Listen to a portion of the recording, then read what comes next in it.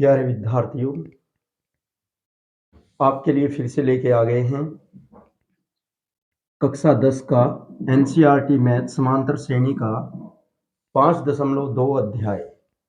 और 5.2 अध्याय में आपने अब तक 12 प्रश्न कर चुके हैं। 12 प्रश्नों का हल हम आपको बता चुके हैं और आज हम ये प्रश्न संख्या हमारा 13 है, इसकी ओर बढ़ते हैं। जीरो टू जीनियस क्लास में आप ये देख रहे हो। इससे पहले 12 प्रश्नों का हल बहुत अच्छा सुविधापूर्वक आपको बता दिया गया है और आज ये प्रश्न संख्या 13 से शुरू करते हैं।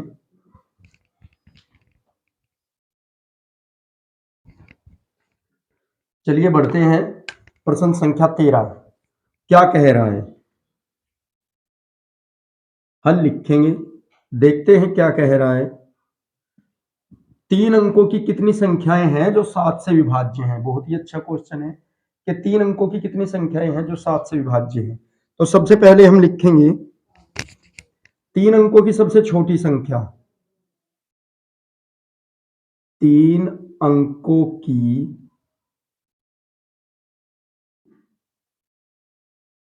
सबसे छोटी संख्या जो 7 से विभाजित है, विभाज्य है।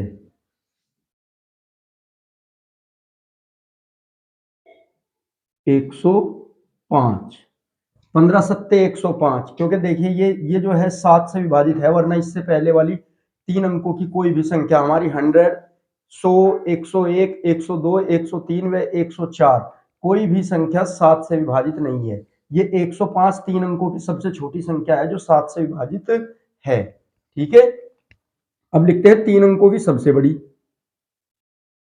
जो 7 से विभाजित है।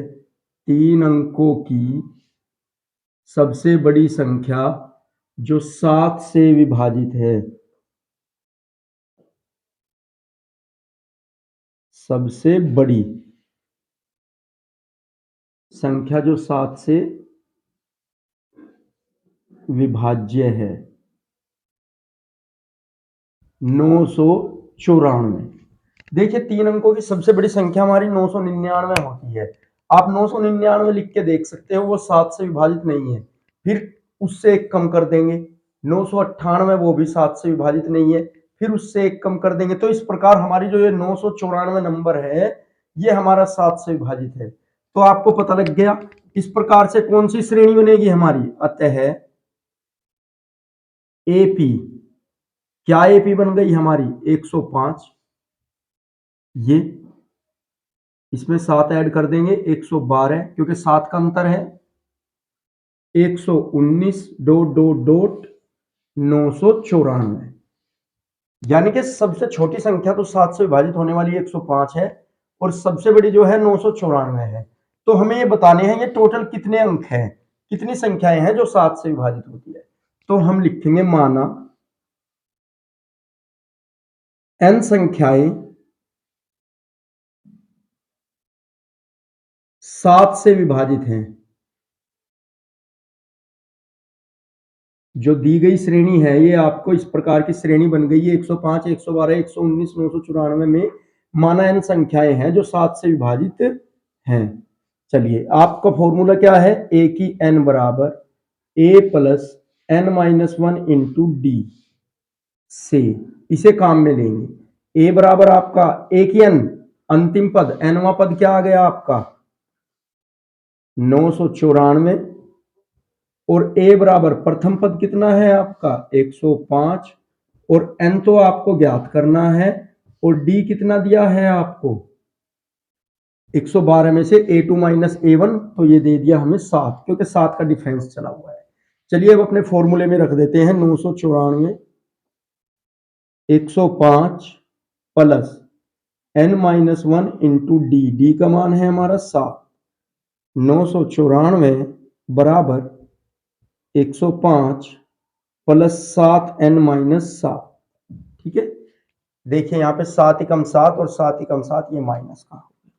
अब 105 को इधर भेज देंगे और 7 को भी इधर भेज देंगे, तो 994 इधर है ही प्लस का, ये इधर प्लस है तो ये माइनस हो जाएगा 105, और ये यहाँ पे 7 हमारा माइनस है तो ये प्लस में बदल जाएगा, और इधर बचेंगे हमारे 7।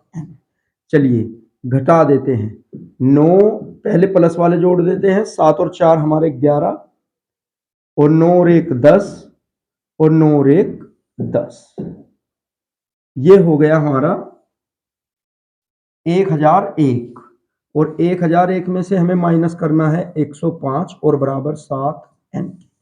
ठीक है, अब देखिए 1001 में से हम 105 को माइनस करेंगे तो यहाँ पे जब एक ढाई लेंगे तो 11, 11 में से 5 गए 6, अब यहाँ पे रह गया हमारा 9, फिर ये कितना रह गया 9, 9 में से हमारा एक गया 8, तो 896 आ गया हमारा, और ये आ गया 7n के बराबर, और ये 7n के बराबर आ गया, ये इधर गुना में है उधर भाग में पहुंचा देंगे, तो n बराबर 896/7।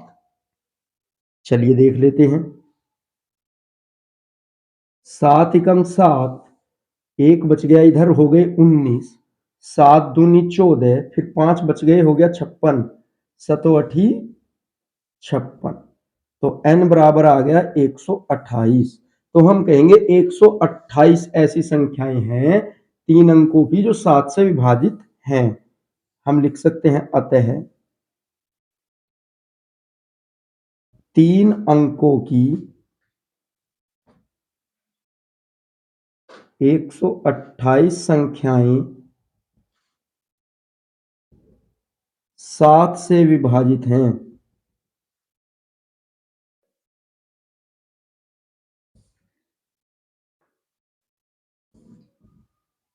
ये आपको अच्छे से समझ आ गया होगा कि किस प्रकार, देखिए 3 अंकों की कितनी संख्याएं 7 से विभाजित हैं, 3 अंकों की, 3 अंक वाली सबसे छोटी हमारी 100 है और सबसे बड़ी हमारी 999 है, लेकिन ये दोनों ही संख्याएं 7 से विभाजित नहीं है।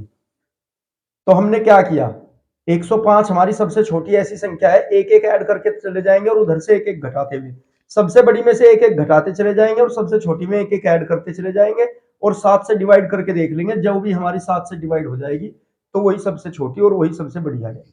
जैसे यहाँ पे 105 आ गया तो ये सबसे छोटी संख्या है जो 7 से विभाजित होती है, और ये सबसे बड़ी है 994 जो 7 से विभाजित होती है। तो हमारी श्रेणी क्या बनी, 105, फिर इसमें 7 ऐड किया 112, फिर 7 ऐड किया और डॉट डॉट डॉट अंतिम पद मिला हमें 994। तो हमें ये नहीं मालूम है कि करते चले जाते तो बहुत समय लग जाता, तो हमने प्रथम पद और अंतिम पद से देख लिया, तो यहां से हमें माना n संख्याएं हैं जो 7 से विभाजित हैं, फॉर्मूला लगा दिया हमने अपना, a की n बराबर a plus n minus 1 into D, a का मान 105, d का मान 112 में से 105 यानी कि a2 में से a1 घटा दिया तो आ गया हमारा 7, और n हमें ज्ञात करना है तो रख दिया अपने फॉर्मूले में, तो आ गया हमारा n बराबर 128। तो 128 संख्याएं हैं जो 7 से विभाजित होंगी। चलिए बढ़ते हैं नेक्स्ट क्वेश्चन की।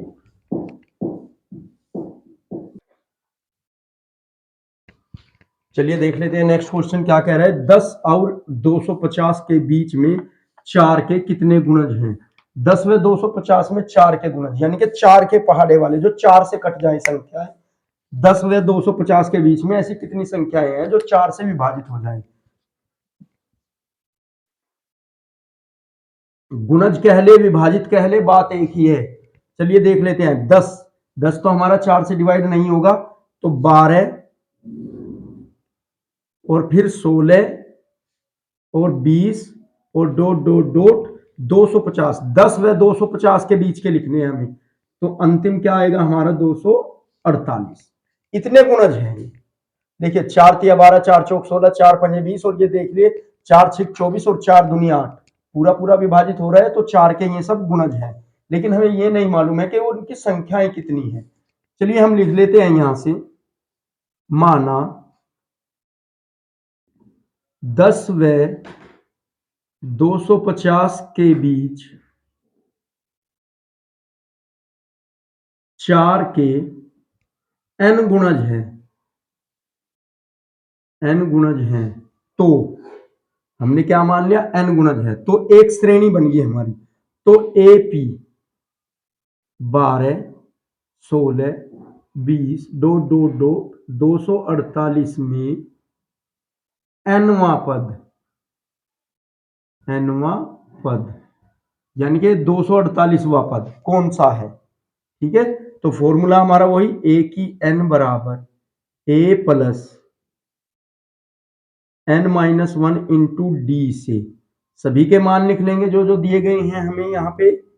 सबसे पहले ए की n 248 दिया है, ये ए की n बराबर 248, ए बराबर प्रथम पद होता है श्रेणी का 12 और डी बराबर क्या होता है A2 माइनस A1 यानी कि दूसरे पद में से पहला पद घटा देंगे तो 16 माइनस 12 बराबर 4 आ गया।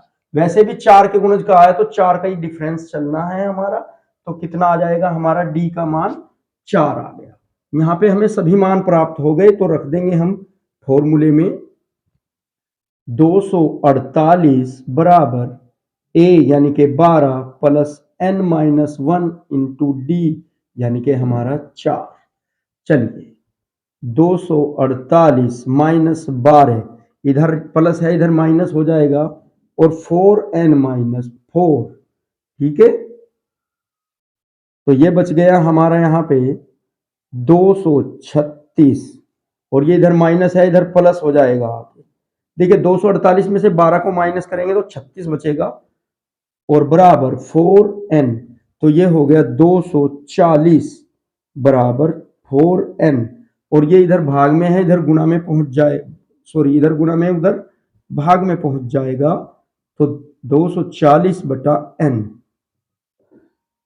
4 सॉरी और 4 से 4 6 24 और ये 0 तो n बराबर कितना आ गया 60। तो हम कहेंगे 10 व 250 के बीच 4 के 60 गुणज हैं। 10 व 250 के बीच 4 के कितने गुणज हैं 60 गुणज हैं। इसी प्रकार इससे पहले वाला क्वेश्चन हमारा सेम था, ऐसे ही ये दूसरा क्वेश्चन है। बहुत ही अच्छे प्रश्न है, सभी को बहुत अच्छे तरीके से बहुत ध्यान से करेंगे और अपने एग्जाम में इस प्रकार के क्वेश्चनों को हल करके आएंगे। चलिए बढ़ते हैं नेक्स्ट क्वेश्चन की ओर, क्वेश्चन नंबर 15। देखिए क्वेश्चन क्या दिया गया है, प्रश्न हमें प्रश्न संख्या 15 में n के किस मान के लिए क्या कहा है कि n का कौन सा मान है वो n के किस मान के लिए दोनों समांतर श्रेणियां 65 13 67, एक समांतर श्रेणी हमको ये दे दी है 63 65 67 और दूसरी समांतर श्रेणी दी है 3 10 17 के nवें पद बराबर होंगे, यानी कि किस मान के लिए nवें पद बराबर होंगे। तो सबसे पहले तो हम लिखेंगे प्रथम श्रेणी में हल, प्रथम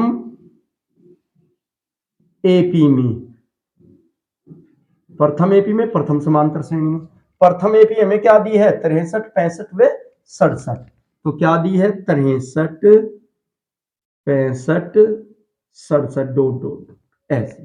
तो यहां से हम प्रथम पद निकाल लेंगे, ए बराबर क्या है हमारा 63, डी बराबर क्या है हमारा 65 माइनस 63 यानी कि A2 माइनस A1, तो आ गया हमारा 2, ये आ गया। और यहां से क्या बन गया हमारा A plus n-1 into D यानी कि 2, ये आ गया समीकरण नंबर, इसको नाम देगा। अब दूसरी समांतर श्रेणी, प्रथम के लिए हमने यहां तक बना लिया, अब दूसरी के लिए भी बनाएंगे। दूसरी समांतर श्रेणी, दूसरी क्या दी है हमें 3 10 17 डॉट डॉट डॉट, तो यहां से प्रथम पद आ गया हमारा 3 और डी क्या आ गया हमारा 10 माइनस 3 यानी कि 7, ये आ गया। तो यहां से क्या आ गया हमारा a प्लस यानी कि 3 प्लस n-1 इंटू 7 समीकरण नंबर 2। और उसने कहा किस मान के लिए nवें पद बराबर है, अब कहेंगे हम माना n मान के लिए, माना nवे पद के लिए श्रेणी के मान बराबर हैं, श्रेणी के मान बराबर हैं। nवा पद क्या है लिखवा दिया ना, ये दिखा दिया nवें पद के लिए, तो हम दोनों श्रेणियों के मान को बराबर रख देंगे। देखिए यहाँ पे a का मान हमारा 63 है, ये यहाँ पे इस प्रकार से रख देंगे। तो प्रथम श्रेणी बराबर दूसरी श्रेणी, प्रथम श्रेणी बराबर दूसरी श्रेणी। प्रथम श्रेणी बराबर दूसरी श्रेणी क्यों?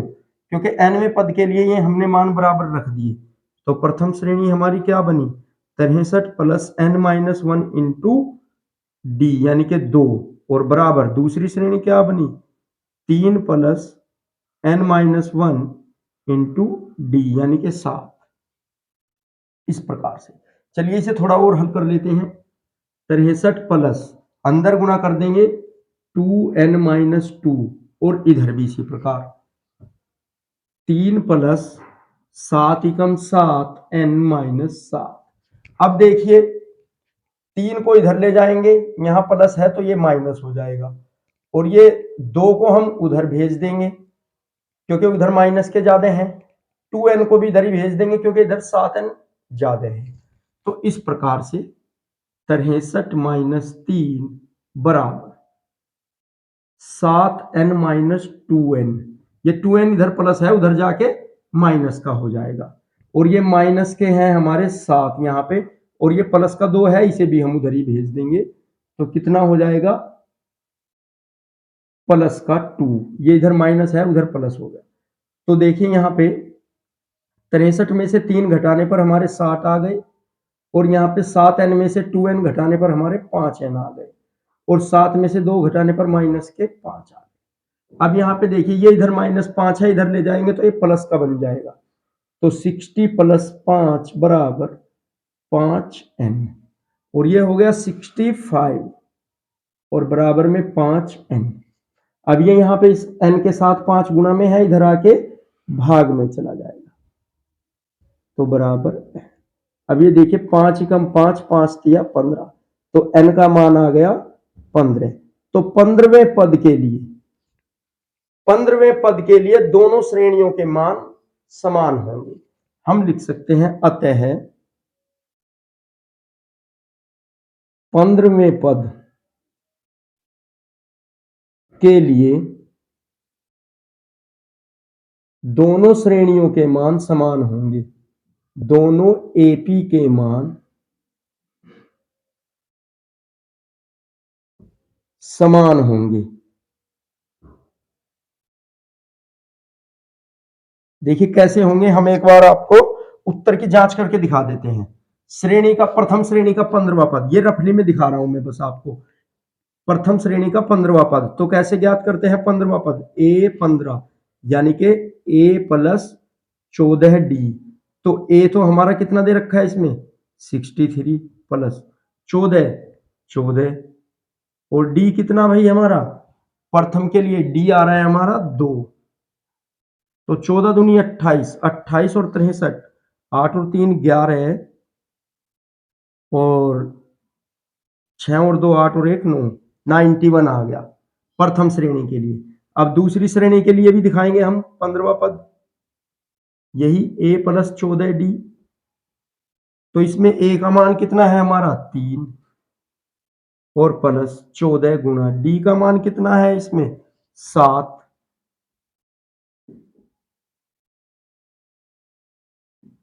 तो 14 सत्ते, ये कुछ गड़बड़ आ रहा है क्या,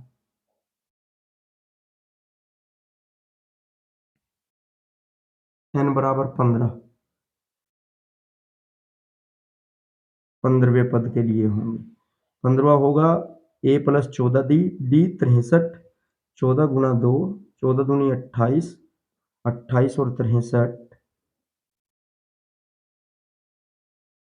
8 और 3 11, 6 और 2 8 और 1 9 सही है। यहाँ पे देखना A15 A plus 14D, A का मान 3 हमारा, और यहाँ से D का मान 7, 98 और 3 101। ये कैसे गड़बड़ा। तो ये है कि 15वें पद के लिए, सॉरी, ये मान थोड़ा गड़बड़ा गया। देखिए यहाँ पे ये 13 आया है और हमने यहाँ पे मिस्टेक में 15 लिख दिया। देखिए 5 कम 5 5 दिया 15, और ये मिस्टेक में हमारा 15 लिखा गया, तो ये 13वां पद है भाई। अतः 13वें पद के लिए होंगे। अब 13वें पद के लिए देख लेते हैं। A13 A plus 12D, A हमारा 63 दिया है, प्लस 12 गुणा 2, 12 दूनी 24, और 7 आ गया, 4 3 7, और 6 और 2 8। ऐसे ही इसके लिए देख लेंगे। A13 A plus 12D, A हमारा दे रखा है 3, प्लस 12 गुणा 7, 12 सते 84, 84 और 3 87। ये देखिए, वो यहाँ पे जो है हमने यहाँ पे तो 13 लिख दिया, यहाँ पे 15 कर दिया। मिस्टेक हो गया था, तो इसलिए ये 13 आया है। इससे इसे काट के तो वो 13वां पद है, 15वां नहीं है। 15वां करोगे तो गड़बड़ा जाएगा। तो 13वें पद के लिए देखें, यहाँ पे 13वां दिखाया हमने आपको उत्तर की जांच के लिए। 87 आया, इस श्रेणी का भी 87 आया, तो दोनों समान है। तो वो कौन सा पद है जो दोनों के लिए समान है? वो 13वां पद है। ठीक है, इस प्रकार से आपका। चलिए बढ़ते हैं नेक्स्ट क्वेश्चन की। चलिए देखते हैं प्रश्न संख्या 16। वह एपी ज्ञात कीजिए जिसका तीसरा पद 16 है और सातवां पद पांचवें पद से 12 अधिक है। क्या कहा है? सातवां पद पांचवें पद से 12 अधिक। तो हम लिखेंगे हल। हम कहेंगे एपी का सातवां पद, सातवां पद कितना आ जाएगा? A7 बराबर A प्लस 6D, ये आ गया सातवां पद। अब कहेंगे हम पांचवा पद, एपी का पांचवा पद। पांचवा पद क्या आएगा? A5 बराबर A प्लस 4D। ये तो हो गया सातवां पद, ये हो गया पांचवा पद। अभी हमने ज्यादा कम की बात नहीं की। अब उसने कहा है कि सातवां पद पांचवें पद से 12 अधिक है, तो हम कहेंगे सातवां पद पांचवें पद से 12 अधिक, 12 अधिक। तो सातवें पद से, सातवां पद पांचवें पद से 12 अधिक। सातवां पद हमारा क्या आया है? A प्लस 6D बराबर, पांचवा पद कितना आया है? A प्लस 4D, और इससे कितना अधिक? 12 अधिक, प्लस 12 कर दिया इसमें। जब 12 अधिक है तो पांचवें पद में 12 जोड़ दिया। अब इस पूरे को इधर ले आएंगे हम। A प्लस 6D, ये इधर प्लस है तो ये इधर प्लस है तो ये माइनस हो जाएगा। A माइनस 4D, और 12 को इसी की जगह पर। ठीक है, इसे समीकरण नंबर 1 कहेंगे, इसे समीकरण नंबर 2। तो चलिए देख लेते हैं। ए इधर माइनस है, ए इधर प्लस है, आपस में कट गया। 6D प्लस है, 4D माइनस है, तो 2D बच गया प्लस का, और बराबर में 12। ये D के साथ गुणा में है, उधर भाग में चला जाएगा, तो 12/2 और 2 6 12। तो D का मान आ गया हमारा 6। और ये D का मान हम समीकरण नंबर 1 में रख के A का मान प्राप्त कर सकते हैं। कैसे? चलिए देख लेते हैं। D का मान समीकरण 1 में रखने पर, D का मान समीकरण 1 में रख दो। A प्लस 6 गुणा D का मान 6, ठीक है।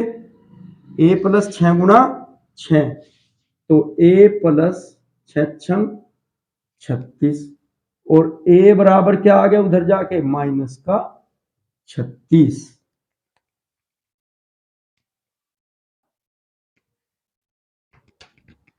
तो डी बराबर हमारा यहां से क्या आया, हमें डी का मान हमें 6 मिल गया।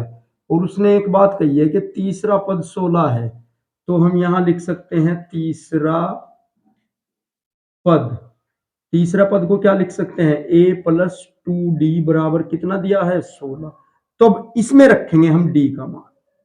तो यहां रखेंगे हम d का मान, रखने पर d का मान रखने पर a प्लस 2 गुणा d का मान 6 और बराबर में 16, और a प्लस 6 दूनी 12 और बराबर में 16, और a बराबर 16 माइनस, ये उधर जाके प्लस है, इधर उधर माइनस हो गया, और a बराबर 16 में से 12 घटा के 4। तो प्रथम पद तो आ गया हमारा 4,